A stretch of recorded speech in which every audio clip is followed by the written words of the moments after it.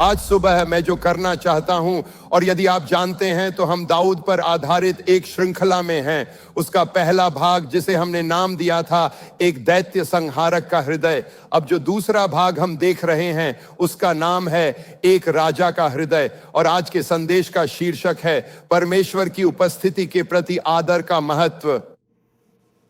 सच बताऊं तो मुझे कुछ ऐसा लगता है जैसे मैं उन्हीं को उपदेश दे रहा हूं जो पहले से ही इस बात को जानते हैं, क्योंकि मैं बहुत कम कलीसियाओं को जानता हूं जिनमें परमेश्वर की उपस्थिति के प्रति ऐसा आदर भाव है जैसा इस स्थान में है, जैसा आप में है। मैं बुधवार की रात आप लोगों को देख रहा था जब आप आराधना कर रहे थे।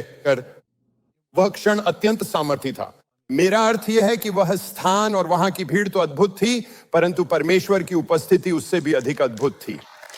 वह अनुभव असाधारण था और यह पिछली कई बुधवार की रातों से सच रहा है। और फिर भी उसी समय मेरा विश्वास सतर्कता से प्रचार में करने में रहा है। और मैं यह भी मानता हूं आपके और मेरे लिए यह महत्वपूर्ण है कि हम परमेश्वर के अनुग्रह, उसकी उपस्थिति और उस आयाम को पहचाने जिसे हम देख रहे हैं। मैं आपको बस कुछ बातें बताना चाहता हूं जो मुझे यह दर्शाती हैं कि परमेश्वर क्या कर रहा है। पिछले कई सप्ताहों से दोपहर या संध्या के समय यहां दोपहर या शाम को लगभग 750 से 1000 लोग हमारे सभी कैंपसों में बेदारी आने के लिए प्रार्थना करते हैं। और पिछले 3 रविवारों में ही 212 लोगों ने मसीह के लिए निर्णय लिया है। यह सब पिछले 3 रविवारों को हुआ है। इस वर्ष अब तक 700 से अधिक लोगों ने पानी का बपतिस्मा लिया है, जो कि अत्यंत अद्भुत है। गर्मियों में हमारे कैंप में बहुत से बच्चों का उद्धार हुआ। संभवतः लगभग 600 बच्चे और 600 से अधिक बच्चों ने अपना हृदय मसीह को दिया और 800 से अधिक छात्र पवित्र आत्मा के बपतिस्मा से भर गए। क्या यह अद्भुत नहीं है? और फिर सिर्फ पिछले कुछ सप्ताहों या महीनों में हमने बहुत सी चंगाइयां देखी हैं, जिनमें से कई को मैं असाधारण चंगाई कहूंगा। मैं आपको उनमें से कुछ की सूची देना चाहता हूं। एक शिशु था जिसे क्रेनियल स्टेनोसिस नामक रोग था, अर्थात जब कोई शिशु जन्म लेता है तो उसकी खोपड़ी की हड्डियों के जोड़ ढीले रहते हैं ताकि उसका सिर फैल सके। और अगर क्रेनियल स्टेनोसिस होता है तो डॉक्टरों को सर्जरी करके उन हड्डियों के जोड़ों को तोड़ना पड़ता है। इस शिशु को यही समस्या थी। विशेषज्ञ के पास पहुंचने में 2 सप्ताह लग गए, लेकिन उन्होंने सारे स्कैन करा लिए थे और हमारे स्टाफ ने उनके लिए प्रार्थना की। उनका परिवार भी प्रार्थना कर रहा था, लेकिन बच्चे के सिर की वजह से वास्तव में उसकी एक आंख बंद होने लगी थी, सिर पर गांठें बनने लगी थीं। लेकिन स्टाफ के प्रार्थना करने के बाद कुछ ही दिनों में उन्होंने देखा कि बच्चा अलग दिखने लगा है। कुछ ही समय में दाहिनी ओर की आंख खुल चुकी थी। वे विशेषज्ञ के पास गए और विशेषज्ञ ने कहा, अब सभी हड्डी के जोड़ खुल चुके हैं सिवाय एक के, और हम आगे कुछ भी नहीं करेंगे क्योंकि हमें लगता है कि वह भी खुल जाएगा। क्या यह अद्भुत नहीं है? यह सचमुच बहुत शानदार है। हमारे पास एक व्यक्ति था जो लिवर की बीमारी से अद्भुत रूप से ठीक हो गया था। एक था व्यक्ति जिसके खराब गुर्दे ठीक हो गए। एक महिला जिसका टखना 10 साल से जाम था, वह उसे हिला नहीं सकती थी, वह तुरंत ठीक हो गई। हमारे पास 2 ऐसे व्यक्ति थे जिन्हें पोस्ट्रल ऑन ऑर्थोस्टैटिक टैकीकार्डिया सिंड्रोम था, जिसे पोर्ट्स के नाम से जाना जाता है। यह एक लाइलाज बीमारी है। मुझे भी यह था। मैं ईमेल पढ़ रहा था। उन्होंने कहा, हम तुम्हारे लिए कुछ नहीं कर सकते, परंतु हमारे यहां 2 व्यक्ति थे जो उस रोग से अद्भुत रीति से चंगे हो गए। हमारे पास एक 4 वर्ष का बालक भी था जिसे ऑटिज्म था और जो बोल नहीं सकता था वह चंगा हुआ और बोलने लगा।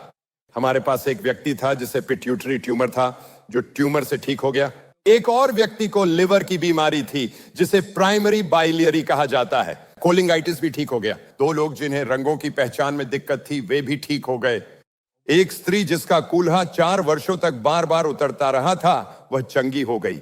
एक और महिला जिसकी अन्न नली को खोलने के लिए 6 बार शल्य चिकित्सा की गई थी, परंतु कोई भी सफल नहीं हुई, वह केंतकी से 5 घंटे की यात्रा करके यहां आई और चंगी हो गई।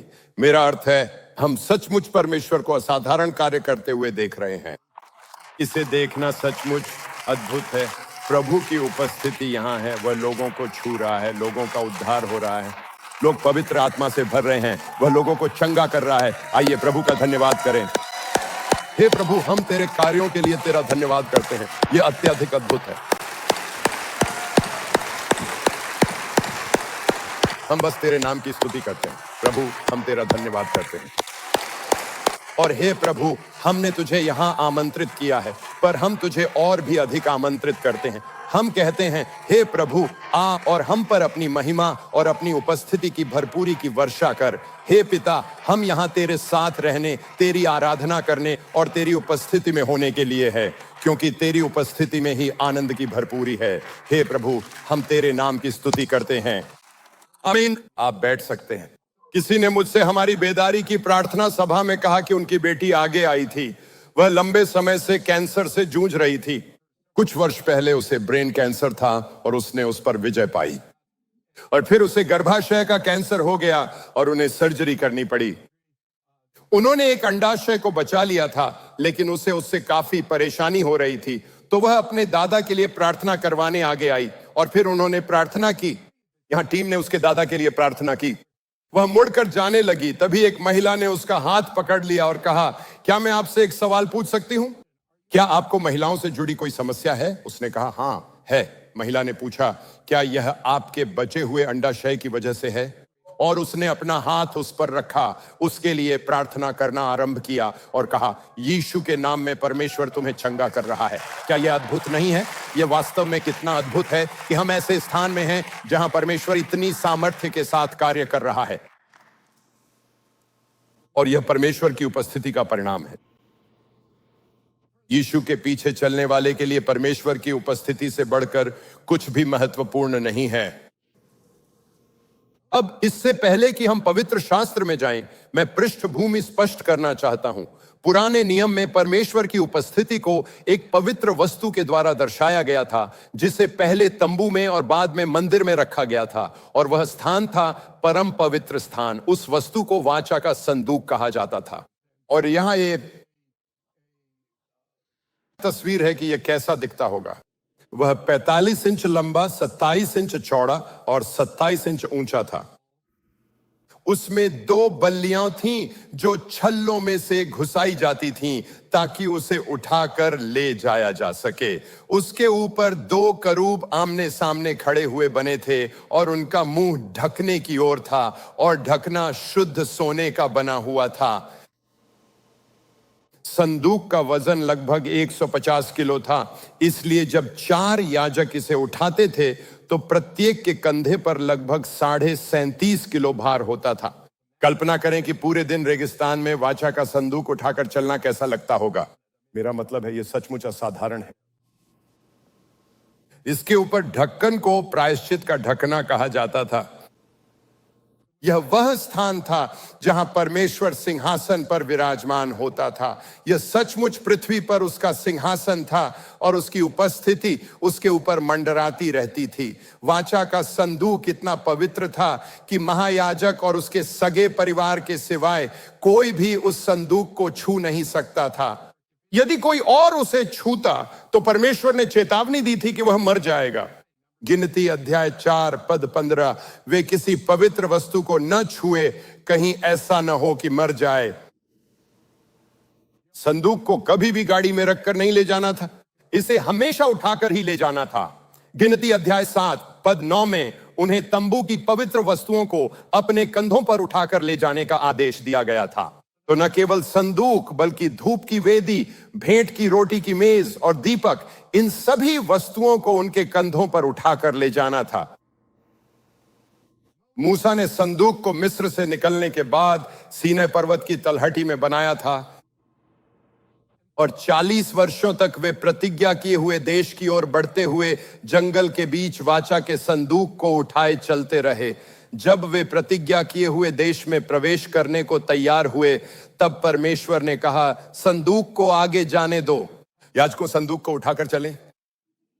बाकी सब लोग लगभग 1 किलोमीटर पीछे खड़े रहे, और जब याजकों के पांव संदूक उठाए हुए जल को छुएंगे, तब यर्दन नदी का जाल अलग होकर 2 भाग हो जाएगा।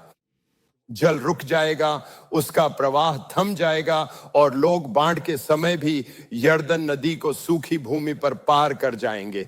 यह एक अद्भुत आश्चर्य कर्म था। देश यह समझने लगा कि संदूक के साथ सामर्थ्य जुड़ी हुई है और उन्होंने सोचा कि यह युद्ध में उनकी सहायता करेगा। इसलिए वे संदूक को युद्ध में ले गए, पर उसे अपने प्रयोजन के लिए उपयोग करने के प्रयास में वे संदूक ही खो बैठे।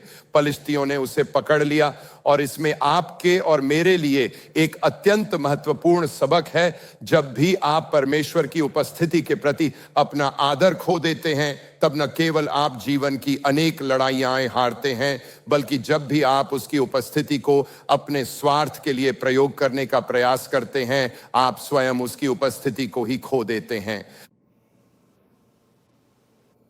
परमेश्वर की उपस्थिति कोई गारंटी नहीं है। परमेश्वर की उपस्थिति तब तक बनी रहती है जब तक आप और मैं उसकी उपस्थिति के प्रति आदर से भरे हृदय के साथ चलते रहते हैं। पलिश्तियों ने वाचा के संदूक को पकड़ लिया और जब वे उसे अपनी विभिन्न नगरों में ले गए तो जो हुआ वह यह था कि जैसे ही वह संदूक नगर में पहुंचा, उसी समय उस नगर में चूहों की महामारी फैल गई। केवल इतना ही नहीं, उस नगर के लोग भयानक खूनी फोड़े से भी पीड़ित हो जाते थे, और वे छोटे नहीं बल्कि लोगों के शरीर पर उभर आने वाले बड़े फोड़े जैसे घाव होते थे। इसलिए पलिश्तियों ने वाचा के संदूक को इस्राएल को लौटा दिया और उसे एक नई गाड़ी पर रखकर वापस भेज दिया। जब संदूक इस्राएल में लौटा तो उस नगर के लोग अत्यंत आनंदित हुए। उन्होंने उसे एक चट्टान पर रखा और वे जिज्ञासु हो उठे। वे संदूक के भीतर झांक कर देखना चाहते थे कि उसके भीतर क्या है। और जब उन्होंने ऐसा किया तो परमेश्वर ने उसी समय 70 पुरुष मार डाले। स्पष्ट है, लोग डर गए थे, वे भयभीत थे। और वहां एक याजकीय परिवार था। उस घर के पुरुष का नाम अबीनादाब था और वे संदूक को लेकर उसके घर में रख आए और वह वहां लगभग 50 से अधिक वर्षों तक रहा। यह वहां शाऊल के शासन काल के दौरान और यहूदा में दाऊद के शासन के पहले 7 वर्षों तक रहा। हम जानते हैं कि राजा शाऊल ने कभी भी संदूक की परवाह नहीं की, न ही उसे लेकर या परमेश्वर की उपस्थिति को लेकर कभी चिंता की। लेकिन जब दाऊद राजा बना तो वह जानता था कि सफलतापूर्वक शासन करने के लिए उसे परमेश्वर की उपस्थिति की आवश्यकता होगी। सच्चाई यह है कि इससे कोई फर्क नहीं पड़ता कि आप एक पादरी हैं या पास्टर हैं, या आप एक राजनेता हैं, चाहे आप शिक्षक हों, कंपनी के मालिक हों, आप सभी को, हम सभी को परमेश्वर की उपस्थिति की आवश्यकता है ताकि हम वही उत्कृष्टता प्राप्त कर सकें जैसी परमेश्वर हमसे हमारे कार्यों में चाहता है। अगर आप एक गृहिणी हैं, एक मां हैं या एक सेल्समैन हैं, आपको भी परमेश्वर की उपस्थिति की आवश्यकता है। दाऊद यह जानता था, इसलिए उसने संदूक को अपनी नई राजधानी में लाने की योजना बनाई, यरूशलेम नगर में। हम इसे एक इतिहास में देखेंगे और यह फिर से 2 शमूएल में पढ़े गए परिच्छेद का समानांतर विवरण है। हम दोनों को परस्पर पढ़ते रहेंगे। दाऊद ने अपने सब अधिकारियों से, हजारों के प्रधानों और सैकड़ों के प्रधानों से परामर्श किया। फिर उसने समस्त इस्राएली सभा से कहा, यदि यह तुम्हें अच्छा लगे और यदि यह हमारे परमेश्वर यहोवा की इच्छा हो तो आओ हम अपने शेष भाइयों को दूर दूर तक संदेश भेजें। इज़राइल के सभी क्षेत्रों में और उन याजकों और लेवियों को भी जो अपने अपने नगरों और चरागाहों में रहते हैं कि वे आकर हमारे साथ मिल जाएं। आओ हम अपने परमेश्वर के संदूक को अपने पास वापस ले आएं, क्योंकि शाऊल के राज्यकाल में हमने उसकी खोज नहीं की थी। यहां फिर से दाऊद है। हमने पिछले सप्ताह यहोवा से पूछने बात की थी। वह परमेश्वर की उपस्थिति चाहता है ताकि वह परमेश्वर की उपस्थिति में रह सके। याद रखें, वही है जिसने भजन संहिता 27 में लिखा, एक वर मैंने यहोवा से मांगा है, उसी के यत्न में लगा रहूंगा कि मैं जीवन भर यहोवा के भवन में रहने पाऊं, जिससे यहोवा की मनोहरता पर दृष्टि लगाए रहूं और उसके मंदिर में ध्यान किया करूं, जपूं। ये पद दाऊद के बारे में बहुत कुछ कहते हैं। वह प्रार्थना के उत्तरों और विजय से भी अधिक चाहता था। वह परमेश्वर की उपस्थिति में रहना चाहता था। मुझे लगता है कि आपके और मेरे लिए इस बारे में थोड़ा विचार करना महत्वपूर्ण है। मेरे पास आपके लिए सवाल है, क्या परमेश्वर आपके लिए केवल उपयोगी हैं या वह सुंदर भी है? बहुत से लोग उसे उपयोगी पाते हैं, बहुत कम लोग उसे सुंदर पाते हैं। धार्मिक लोग परमेश्वर को उपयोगी मानते हैं। वे इसमें केवल इसलिए कि उन्हें इससे क्या लाभ मिल सकता है। यदि वे अपनी विश्व संयोग्यता के प्रत्युत्तर में कुछ घटित होते देखते हैं तो प्रसन्न होते हैं, और यदि नहीं देखते तो उदास हो जाते हैं। इसके विपरीत गहराई से समर्पित लोग भले ही परमेश्वर से अपनी आवश्यकताएं पूरी होते देखें, पर उनका आनंद उसकी उपयोगिता में नहीं बल्कि उसकी सुंदरता में होता है। परमेश्वर से मोहित रहना, उसकी उपस्थिति को सबसे अधिक प्रेम करना, ताकि आप उसके कार्यों के लिए कृतज्ञ तो रहें बल्कि अपने सबसे श्रेष्ठ दिन में भी उसकी उपस्थिति में रहना अधिक चाहें, और अपने सबसे कठिन दिन में भी उसकी उपस्थिति में रहकर उसकी उपस्थिति की सुंदरता का आनंद लें। जब आप एक सच्चे आराधक होते हैं तब आप केवल इसलिए आराधना नहीं करते कि परमेश्वर आपके लिए क्या कर सकता, बल्कि इसलिए करते हैं कि वह आपके लिए कौन है। यह मुझे 5 ऐसी शिक्षाओं की ओर ले जाता है जिन्हें मैं आपके साथ जल्दी से साझा करना चाहता हूं, जो प्रभु का आदर करने के बारे में है। पहला, आदर की कमी आत्मिक अंधापन लाती है। आदर की कमी, तो जब हम प्रभु की उपस्थिति का आदर करना नहीं सीखते, और मैं यहां एक सम्मान की बात कर रहा हूं जिसे हम प्रभु का भय भी कह सकते हैं, हम इसे प्रभु के प्रति आदर भी कह सकते हैं, जो कुछ हद तक समान है लेकिन फिर भी अलग है। लेकिन हम परमेश्वर का आदर करते हैं, हम परमेश्वर का सम्मान करते हैं, हम परमेश्वर का सम्मान करते हैं, और हम उसकी उपस्थिति का भी सम्मान करते हैं। जब हम ऐसा नहीं करते तो हमारे जीवन में आत्मिक अंधापन आ जाता है। आइए 2 शमूएल 6:1 पर चलते हैं।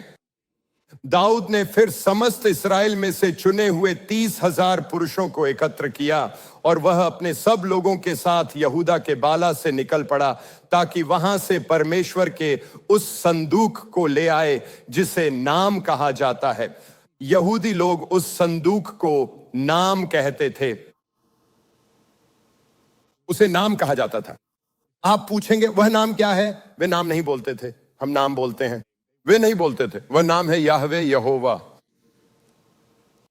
यह भयानक नाम है, यह अद्भुत नाम है।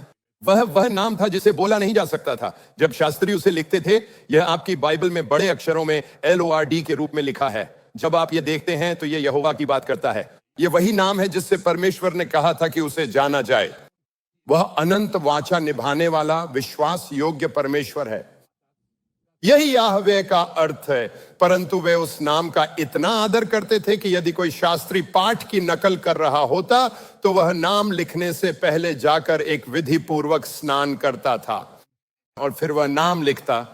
फिर वह वापस जाकर एक और धार्मिक स्नान करता, ताकि कहीं उसने अपने आप को अपवित्र न कर लिया हो और नाम का अपमान न हो गया हो। तो यहां इसे नाम कहा गया है, प्रभु सर्वशक्तिमान का नाम, जो उन करूबों के बीच विराजमान है जो संदूक पर हैं। उन्होंने परमेश्वर के संदूक को एक नई गाड़ी पर रखा, पहली बड़ी गलती, और उसे अबीनादाब के उस घर से लाए जो पहाड़ी पर था, और उज्जा और अहयो उसके साथ थे।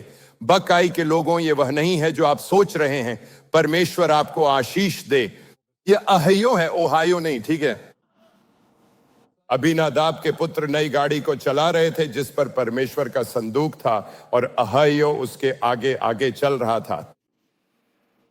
दाऊद और इस्राएल का सारा घराना पूरे बल के साथ यहोवा के सम्मुख गीतों, सारंगियों, वीणाओं, डफों, झांझों और झंकारों के साथ आनंद मना रहे थे।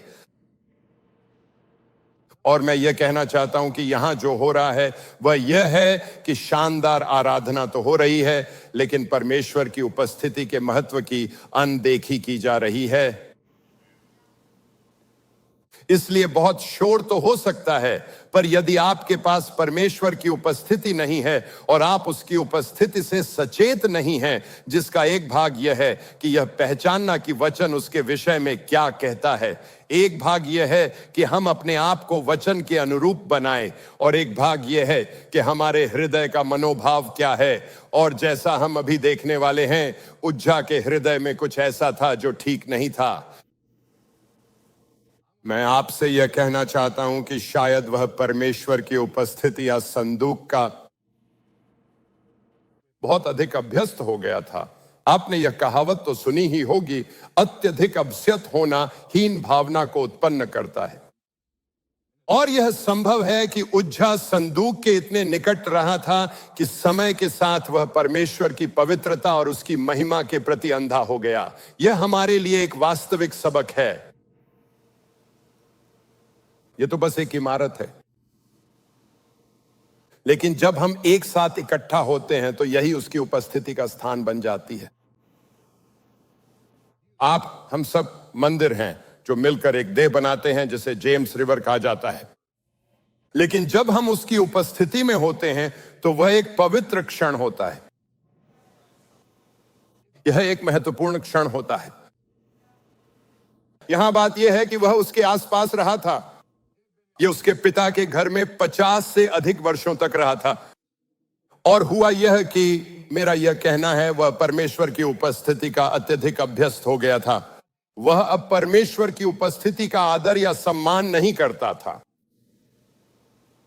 और परिणाम यह हुआ कि वह कुछ आत्मिक सच्चाइयों के प्रति अंधा हो गया। मेरा अर्थ है, आप इस कहानी में हर जगह आत्मिक अंधापन देखते हैं। यहां दाऊद है, उसके पास एक उत्तम विचार था, परंतु किसी ने यहोवा से पूछा ही नहीं। और आपके पास भी एक उत्तम विचार हो सकता है, पर यदि वह परमेश्वर की उपस्थिति से संबंधित है तो वह केवल एक उत्तम विचार नहीं होना चाहिए, बल्कि वह परमेश्वर से आया हुआ विचार होना चाहिए। आत्मिक अंधापन लोगों को यह सोचने पर विवश करता है कि उन्हें न परमेश्वर से पूछने की, न उसे खोजने की, और न ही वचन पढ़कर यह जानने की आवश्यकता है कि वह क्या सोचता है। जब तक हृदय ठीक है, यह वैकल्पिक है। यह कहना अत्यंत खतरनाक बात है। खैर, आप जानते हैं परमेश्वर मेरे मन को जानता है। तो क्या आप जानते हैं, इससे हमारे पास कोई बहाना नहीं रह जाता कि हम अनादरपूर्ण व्यवहार करें। यह हमें यह कहने का कोई बहाना नहीं देता कि मुझे वचन सुनने की आवश्यकता नहीं। दाऊद भी कह सकता था, परमेश्वर मेरे हृदय को जानता है। देखिए, वह निश्चय ही यहोवा के सामने आनंद मना रहा था, परंतु उसने संदूक को गाड़ी पर रखा था, जबकि परमेश्वर के वचन ने स्पष्ट कहा था कि ऐसा मत करना। आत्मिक अंधापन लोगों को यह सोचने पर विवश करता है कि कोई आत्मिक कार्य करना परमेश्वर के प्रति आदर और भय के समान है। सिर्फ एक गीत गाना परमेश्वर का आदर करने के समान नहीं है। और मैं यह कहना चाहता हूं कि आत्मिक अंधापन लोगों को यह सोचने पर विवश करता है कि अच्छे इरादे अनादर के कार्यों को मिटा देते हैं, पर यह सच नहीं है। आत्मिक अंधापन तब उत्पन्न होता है जब आदर का अभाव होता है। दूसरी बात, आदर का अभाव आत्मिक मृत्यु को ला सकता है। अब इसे देखें, यह एक चौंकाने वाला प्रसंग है। जब वे नाखोन के खलिहान तक पहुंचे, तब उज्जा ने हाथ बढ़ाकर परमेश्वर के संदूक को थाम लिया, क्योंकि बैल ठोकर खा गए थे। यह बहुत तर्कसंगत लगता है ना? मेरा मतलब है, बैल ठोकर खा गए, यहां कुछ हो रहा है, संदूक एक गाड़ी पर है, आप नहीं चाहेंगे कि वह गिर जाए, तो वह उसे वापस जगह पर रखने या स्थिर करने की कोशिश कर रहा है। और प्रभु का क्रोध उज्जा पर उसके अपमानजनक कार्य के कारण भड़क उठा। इसलिए परमेश्वर ने उसे वहीं मार डाला और वह वहीं मर गया, परमेश्वर के संदूक के पास। दिलचस्प बात यह है कि हर अनुवाद में यह नहीं मिलता, लेकिन सबसे विश्वसनीय अनुवादों में यह शामिल है। मासोरेटिक पाठ, जो प्रामाणिक इब्रानी पाठ है, यह कहता है उसके असम्मानजनक कार्यों के कारण। आप कह सकते हैं कि उसकी मंशा अच्छी थी, लेकिन यहां ऐसा नहीं लिखा है। उसमें लिखा है कि उसके मन में अनादर था। आप कहेंगे तो फिर क्या हुआ? शायद वहां भीड़ बड़ी थी, शायद वह दिखावा कर रहा था, शायद उसमें मनोरंजन करने वाला गुण था। शायद आपके पास भी ऐसा कोई बच्चा रहा हो जो कभी भी कहीं भी सबको हंसा सकता था। शायद उज्जा भी वैसा ही था। और यह एक अद्भुत बात है, बस तब तक जब तक इससे प्रभु का अपमान न हो, या शायद वह संदूक को फिर से अपनी जगह पर धकेल रहा था। वह इससे थक चुका था। दिन भर की परेशानी, यह कार्य करने की बाध्यता और यह तथ्य कि संदूक अब उसके पास नहीं रहेगा, इन सब बातों से वह खिन्न था। इसलिए उसने उसे पीछे धकेल दिया। क्या मैं बस इतना कह सकता हूं कि परमेश्वर को अपनी उपस्थिति की और लोगों की प्रतिक्रिया की परवाह है? परमेश्वर और उसकी उपस्थिति के प्रति हमारा व्यक्तिगत आदर और सार्वजनिक रूप से उसका आदर करना महत्व रखता है। दाऊद अप्रसन्न था क्योंकि प्रभु का क्रोध उज्जा पर भड़क उठा था। उसने उस स्थान का नाम पेरेस उज्जा रखा, जिसका अर्थ है उज्जा पर टूट पड़ना। यह नाम आज के दिन तक विद्यमान है। यहां एक दिलचस्प बात है, हमने अभी अभी अध्याय 5 पूरा किया है और इस शब्द पेरेस का उस अध्याय में इब्रानी भाषा में 4 बार उल्लेख हुआ है। और इसे देखिए, यह लिखा है, और दाऊद बाल परासीम आया और दाऊद ने वहां उन्हें पराजित किया और उसने कहा, यहोवा उज्जा पर टूट पड़ा है, मेरे शत्रुओं के विरुद्ध मेरे सामने यहोवा ऐसा टूटा जैसे कोई बाढ़ टूट पड़ती है। इसलिए उसने उस स्थान का नाम बाल परासीम रखा। दूसरे शब्दों में, वही परमेश्वर की टूट पड़ने वाली शक्ति जो इस्राएल के शत्रुओं के विरुद्ध प्रकट हुई थी,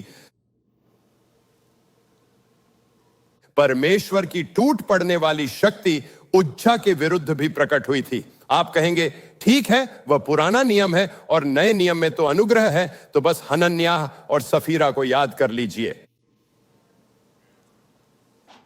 बस ये याद रखिए कि पौलुस कहता है कि प्रभु के भोज की मेज पर लोगों ने प्रभु यीशु मसीह के लहू और शरीर को अयोग्य रीति से ग्रहण किया है। इसे समझने का एक तरीका यह है कि उन्होंने प्रभु की उपस्थिति का आदर किए बिना भोज में भाग लिया। उसने कहा, पौलुस कहता है, इसी कारण तुम में से कुछ बीमार और निर्बल हैं और कुछ तो मर भी गए हैं। सुनिए, सच्चाई यह है कि परमेश्वर के प्रति आदर की कमी कम से कम आत्मिक मृत्यु तो लाती ही है। क्योंकि जो कुछ पुराने नियम में शारीरिक था, जैसे मृत्यु, वह नए नियम में आत्मिक है। आप कहेंगे तो इसका निष्कर्ष क्या है? मैं बस इतना कहना चाहता हूं, और मुझे हंसना अच्छा लगता है और यह मुझे व्याकुल करता है जब मसीही लोग आत्मिक बातों पर ठट्ठा करते हैं। जब वे पवित्र आत्मा, आत्मा के वरदानों, आत्मा गतिविधि का मजाक उड़ाते हैं, जब वे परमेश्वर की क्षमा का मजाक उड़ाते हैं, जब वे कलीसिया के जीवन से जुड़ी बातों की नकल या उपहास करते हैं, तो मैं समझता हूं कि कुछ बहुत मनोरंजक हास्य कलाकार हैं और मैं किसी के विरोध में नहीं हूं। और मुझे लगता है कि कलीसिया में सांस्कृतिक रूप से कुछ बातें होती हैं जो सचमुच मजेदार होती हैं। पर जब आप आत्मिक बातों जैसे पवित्र आत्मा, बाइबल, मसीह का लहू, आत्मा के वरदान या विभिन्न शास्त्र वचन को लेकर उन्हें तोड़ मरोड़ कर उपहास का विषय बनाते हैं, मुझे लगता है कि आप बहुत जोखिम भरे क्षेत्र में हैं। क्योंकि मैं तो मजाक कर रहा था, यह अपवित्र व्यवहार के लिए कोई बचाव नहीं है। मैं आपसे बस यही कह रहा हूं कि अपने मन में हमेशा प्रभु को पवित्र माने और उसकी उपस्थिति का सम्मान करते हुए चलें, क्योंकि वह भयानक और अद्भुत परमेश्वर है। हमारा परमेश्वर, जैसा कि इब्रानियों का लेखक कहता है, भस्म करने वाली आग है।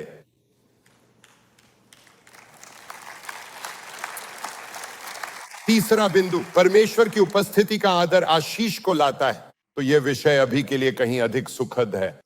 हम दुख से खुशी की ओर बढ़ रहे हैं, ठीक है? उस दिन दाऊद यहोवा से डर कर कहने लगा, यहोवा का संदूक मेरे यहां कैसे आए? वह यहोवा के संदूक को अपने साथ दाऊदपुर में लाने के लिए तैयार नहीं था। इसके बजाय उसने उसे गतवासी ओबेदेदोम के घर में रखवा दिया। डेबी के परिवार के अनुसार ये एक दिलचस्प नाम है। उसके दादा का नाम ओबेदेदोम बक्केन था। तो आप जानते हैं गर्भवती माताओं के लिए यह एक है। सवाना, आपने इस बारे में नहीं सोचा था, लेकिन मैं अभी सोच रहा हूं शायद यही होना चाहिए। लेकिन हमारे पास एक छोटा सा तालाब है, आप जानते हैं, हमारी भूमि पर, और हर बसंत ऋतु में वहां कुछ हंस यानी हंसों का एक जोड़ा आता है। और इसलिए डेबी के दादा दादी के सम्मान में हमने नर का नाम ओबेद और मादा का नाम एलिस रखा है। तो हम कहते हैं कि ये ओबेद और एलिस हैं। वैसे भी गतवासी प्रभु का संदूक ओबेदेदोम के घर में 3 महीने तक रहा और प्रभु ने उसे और उसके पूरे घर को आशीष दी। मैं चाहता हूं कि आप यहां एक बात पर ध्यान दें, यहोवा की उपस्थिति उसके घर में है। और फिर क्या होता है? मैं बस आपसे कहना चाहता हूं, आपके घर में प्रभु की उपस्थिति से बढ़कर कुछ भी महत्वपूर्ण नहीं है। इसलिए मैं यह सुझाव देना चाहूंगा कि हम सब उन बातों के बारे में सोचें जो उसकी उपस्थिति को बढ़ाती हैं, और उन बातों के बारे में भी जो उसकी उपस्थिति को घटा सकती हैं, क्योंकि उसकी उपस्थिति के साथ आशीष जुड़ी होती है।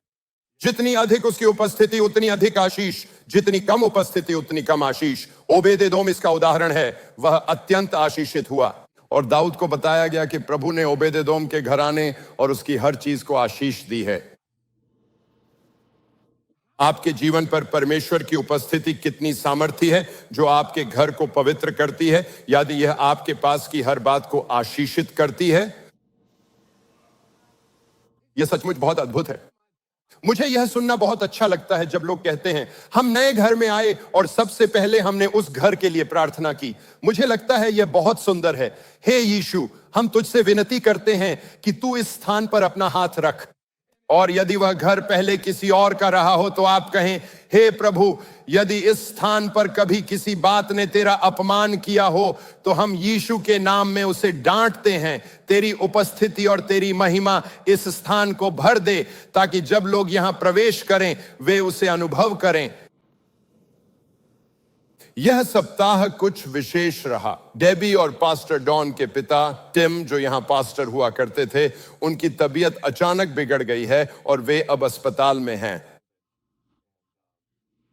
शुक्रवार की रात 9 बजे उन्होंने हमें बुलाया और कहा, यदि आप उन्हें जीवित देखना चाहते हैं तो तुरंत यहां आ जाइए। इसलिए हम वहां पहुंचे और मैं रात में कुछ देर तक वहीं रुका रहा।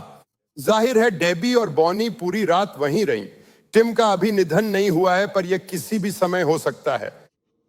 वैसे जो बात दिलचस्प थी वह थी स्टाफ। मैं बाहर गलियारे में लोगों से बात कर रहा था और स्टाफ के सदस्य मेरे पास आकर बता रहे थे, जानते हैं, इससे पहले कि मुझे पता चला कि वह आपके रिश्तेदार हैं, मैं उस कमरे में आया करता था। एक महिला ने कहा, घर जाकर मैंने अपने पति से कहा, एक कमरा है जहां मुझे जाना बहुत अच्छा लगता है, क्योंकि जब मैं वहां जाती हूं तो उस कमरे में प्रभु की उपस्थिति होती है। क्या आप यह समझते हैं कि जब आप प्रभु का आदर करते हैं और उससे प्रेम करते हैं तो केवल अपने आसपास लोगों को प्रभु की उपस्थिति से परिचित करा रहे होते हैं? और प्रभु की उपस्थिति आपके चारों ओर की हर चीज को आशीष देती है। यही यहां हुआ परमेश्वर के संदूक के कारण। जब दाऊद ने सुना कि वह व्यक्ति आशीषित हो रहा है तो उसने कहा, संदूक मेरे पास आएगा, मैं भी वह आशीष चाहता हूं। तब दाऊद नीचे गया और आनंद के साथ ओबेदेदोम के घर से परमेश्वर के संदूक को दाऊदपुर में ले आया। वैसे ओबेदेदोम के विषय में मैं यह कहना चाहता हूं, उसका उल्लेख इतिहास की पहली पुस्तक में कई बार हुआ है, और हर बार जब भी उसका नाम आता है वह परमेश्वर की उपस्थिति के निकट पाया जाता है। यह वह ऐसा व्यक्ति है जो संदूक से प्रेम करता है। वह परमेश्वर की उपस्थिति से प्रेम करता है। जहां संदूक है वहीं ओबेदेदोम भी है। मैं बस आपको प्रोत्साहित करना चाहता हूं, यदि आपने कभी इसके बारे में नहीं सोचा तो जान लें, परमेश्वर की उपस्थिति केवल रविवार या बुधवार रात की सभाओं या प्रार्थना समूहों में ही नहीं, बल्कि आपके घर में भी हो सकती है। जब आप काम से लौटते हैं या सुबह जागते हैं तो वह वहां भी आपके साथ हो सकती है। हर समय, यदि आप यह इच्छा रखते हैं। और इससे आपको आशीष मिलेगी, इससे आपके बच्चों को भी आशीष मिलेगी, इससे आपके परिवार को आशीष मिलेगी और आपके जीवन में परिवर्तन आएगा। पर आपको उसका आदर करना होगा, आपको उसकी इच्छा रखनी होगी, और जब आप उसकी उपस्थिति को अनुभव करें तो आपको उसकी रक्षा करनी होगी। क्या आप जानते हैं कि संदूक के चारों ओर पहरेदार खड़े किए गए थे? उन्होंने ऐसे लोग भी रखते थे जो मंदिर की रक्षा करते थे, वे उसकी रक्षा करते थे। क्यों? क्योंकि वे नहीं चाहते थे कि मंदिर में कुछ ऐसा प्रवेश करे जो किसी भी प्रकार से उसे अशुद्ध करे या परमेश्वर की उपस्थिति को घटा दे। और यह उस बात का चित्र है जो आप और मैं करना चाहेंगे। और फिर से मुझे लगता है कि मैं उन्हीं लोगों से कह रहा हूं जो पहले से ही प्रभु की उपस्थिति से बहुत प्रेम करते हैं, और कुछ लोग नए भी हैं। और आप जहां भी हैं, बस उसकी उपस्थिति की इच्छा करें। मैं आपको प्रोत्साहित करना चाहता हूं, आराधना सेवा के किसी भी हिस्से को नजरअंदाज ना करें। आप जानते हैं, मैं समझता हूं कि कभी कभी आपके पास बच्चे होते हैं, आप भाग दौड़ में होते हैं, लोगों को लाने की कोशिश कर रहे होते हैं।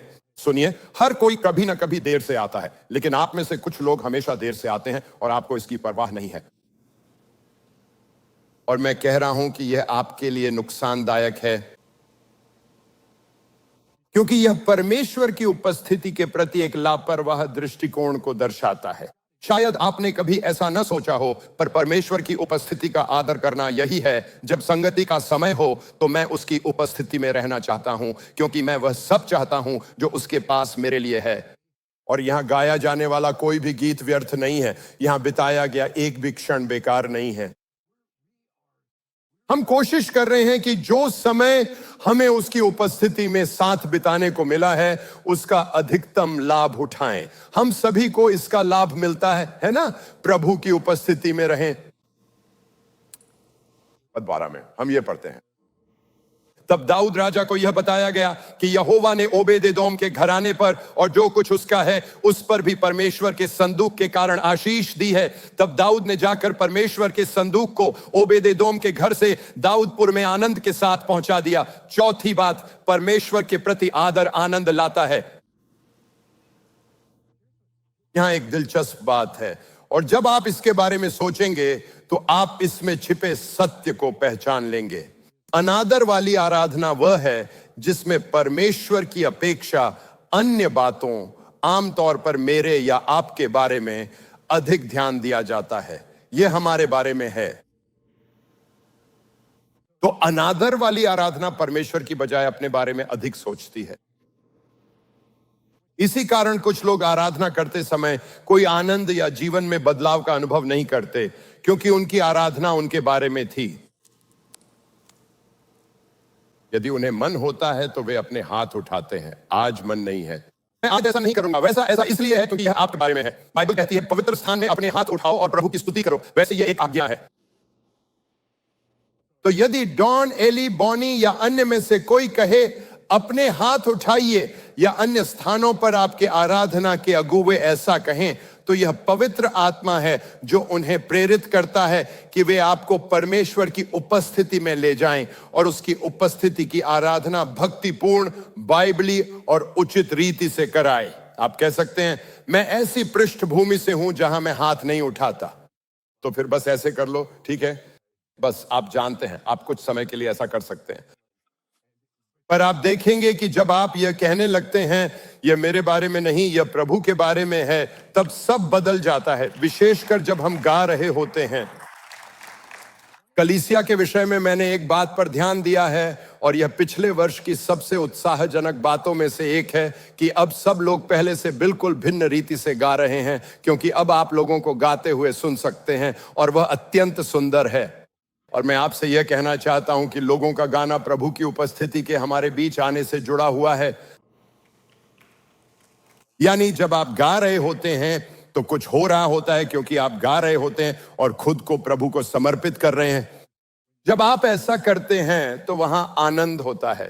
लेकिन अगर आप यहां बैठते हैं और कहते हैं मैं गा नहीं सकता और मैं गाना नहीं चाहता, तो उस समय यह किसके बारे में है? और अगर ये आपके बारे में है तो आपने प्रभु का आदर नहीं किया है। बाइबल ये नहीं कहती कि अगर आप गा सकते हैं तो गाओ। ये कहती है गाओ। ये नहीं कहती कि अगर आपका मन हो तो जयकार करो, ये कहती है जयकार करो, प्रभु के लिए आनंद से जय जयकार करो।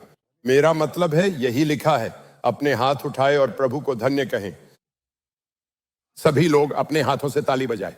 आप कहते हैं मुझे ताली बजाने वाली कलीसिया पसंद नहीं है, तो क्या आप जानते हैं आप स्वर्ग में बहुत असहज महसूस करेंगे, क्योंकि वहां ऊपर बहुत ताली बजाई जाएगी। तो और मैं जानता हूं आप में से कुछ ऐसे हैं जिन्हें मैं पहचान सकता हूं, जैसे मेरे भीतर तो बिल्कुल भी लय नहीं है और वैसा ही मैं भी हूं। जब हमारे पास भजन मंडली हुआ करती थी और वे तालयुक्त धुनें गाते थे तो मैं लय पकड़ने की कोशिश करता था पर कभी कर नहीं पाता था। और फिर भजन मंडली के सदस्यों ने यह देख लिया। क्या आप मानेंगे, वे मेरी हंसी उड़ाने लगे। वे जानबूझकर गलत तालियां बजाने लगे ताकि मैं भी गलत तालियां बजाऊं। मैं तो बस देखिए, मैं बस यह कह रहा हूं, मैं आपकी स्थिति से बहुत अधिक परिचित हूं, पर हम ये सब इसलिए करते हैं क्योंकि हम प्रभु से प्रेम करते हैं। और जब हम अपनी दृष्टि अपने ऊपर से हटाकर उसकी ओर लगाते हैं, जब हम अपने विषय में सोचना छोड़कर उसके विषय में सोचने लगते हैं, तभी उसकी उपस्थिति हमें आनंद से भर देती है, क्योंकि उसकी उपस्थिति में आनंद की भरपूरी और सदा रहने वाले सुख हैं। भजनकार यही कह रहा है कि ये बस चलता ही रहता है, कभी खत्म नहीं होता। और इसलिए दाऊद उन्हें कुछ निर्देश देता है। हे पृथ्वी की जब जातियों, यहोवा को पहचानो, यहोवा की महिमा और सामर्थ को स्वीकारो, यहोवा को वह महिमा दो जो उसके नाम के योग्य है। अतः जब हम आकर आराधना करते या वचन सुनते हैं, तब हम यही करते हैं, हम उसे वह महिमा दे रहे होते हैं जिसके वह योग्य है, क्योंकि उससे अधिक महिमा के योग्य और कौन हो सकता है? कोई नहीं है। यहां तक कि कैंसस सिटी चीफ्स भी नहीं, चाहे वे कितने भी अच्छे हों। लेकिन ध्यान रखना, हम आ रहे हैं, ठीक है। दूसरा शमूएल अध्याय 6। जब यहोवा का संदूक उठाने वाले 6 कदम चल चुके, तब दाऊद ने एक बैल और एक पाला पोसा हुआ बछड़ा बलि कराया। कल्पना कीजिए, आप 150 किलो का भार उठाए हुए हैं और अचानक दाऊद कहता है, ठीक है, अब हम एक बैल की बलि देंगे। फिर जब यह हो जाता है तो आप सोचते हैं अच्छा अब हो गया, पर फिर कहा जाता है नहीं, अब बछड़े की बारी है। और आप देखते हैं दाऊद सनी का एपोद पहने अपनी पूरी शक्ति से यहोवा के सामने नाच कर रहा है। ऐसा किसी राजा ने कभी नहीं किया था।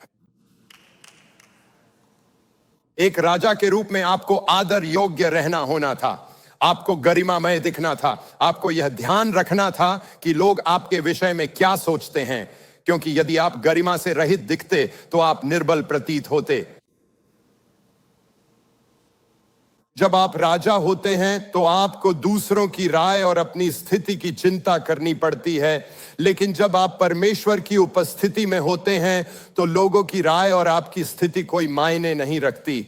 तब आपके पास गरिमा और प्रभु में आनंदित होने के बीच चुनाव करना पड़ता है। और दाऊद ने प्रभु में आनंदित होना चुना।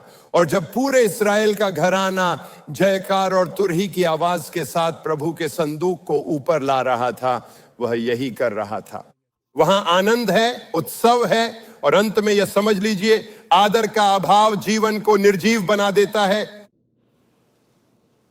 तो इस पूरे अध्याय के सबसे दुखद हिस्सों में से एक है जब प्रभु का संदूक दाऊदपुर में प्रवेश कर रहा था। शाऊल की बेटी मीकल खिड़की से देख रही थी।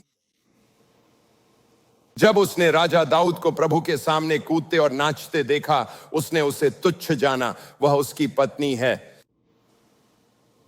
जब दाऊद अपने घर लौटे कि अपने परिवार को आशीर्वाद दें, तब शाऊल की बेटी मीकल उनसे मिलने बाहर आई और बोली, वाह, आज इस्राएल का राजा कितना प्रतापी दिख रहा था। वह अपनी दासियों के सामने किसी निर्लज्ज व्यक्ति के समान तन उगाड़े घूम रहा था। वह बिना वस्त्रों के नहीं था, लेकिन उसने अपने राजसी वस्त्र उतार दिए थे जो उसके पद और प्रतिष्ठा का प्रतीक थे।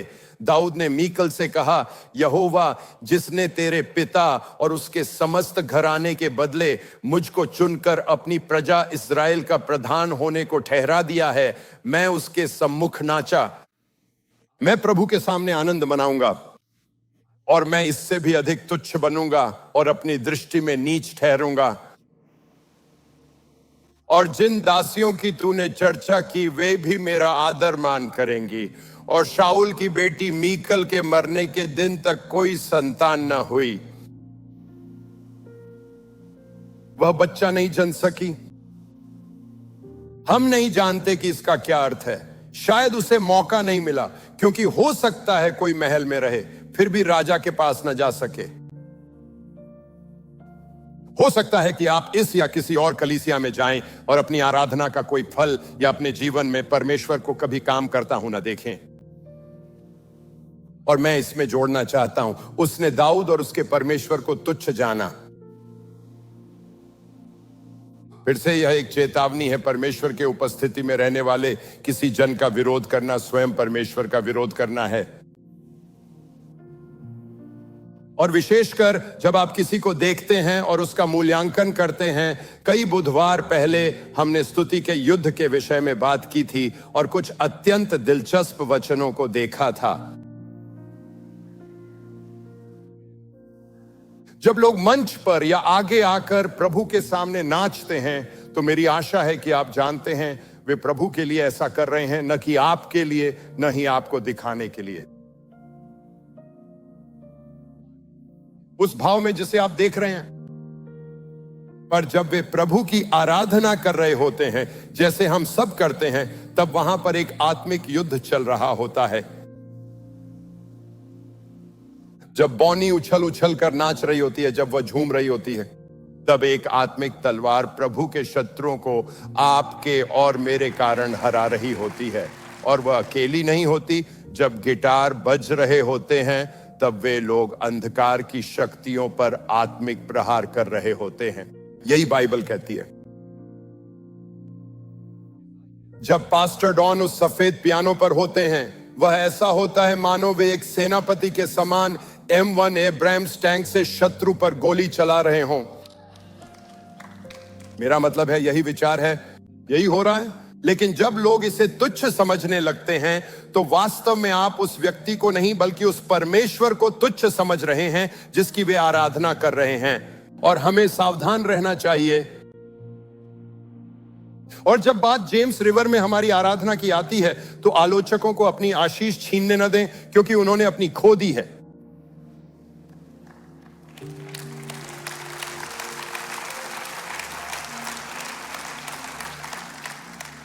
अपने हृदय को इस बात से बचाए कि कहीं आप आराधना के आलोचक या पारखी न बन जाएं। आइए मूल्यांकन न करें, बस आनंद लें।